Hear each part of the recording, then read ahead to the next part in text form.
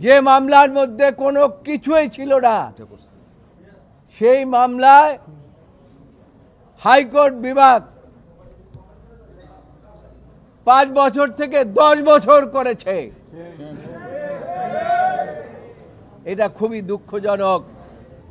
যে মামলার মধ্যে কোনো সারবর্তাই ছিল না, সেই মামলা 5 বছর থেকে 10 বছর করেছে।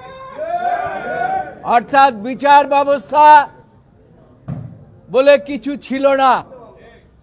ফ্যাসিস্ট সরকার যা বলতো সেভাবেই এই জাজমেন্ট হতো এবং বেগম খালেদা জিয়া এবং অন্যান্যদের বিরুদ্ধে সেরকম জাজমেন্টই এখানে হয়েছে, সেরকম বিচার ব্যবস্থাই হয়েছে।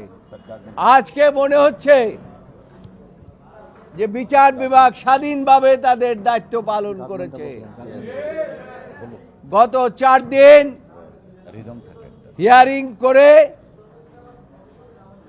আজকে তারা পুঙ্খানুপুঙ্খরূপে সমস্ত কিছু বিশ্লেষণ করে, সমস্ত এভিডেন্স বিশ্লেষণ করে সর্বসম্মতভাবে আজকে তারা জাজমেন্ট দিয়েছে।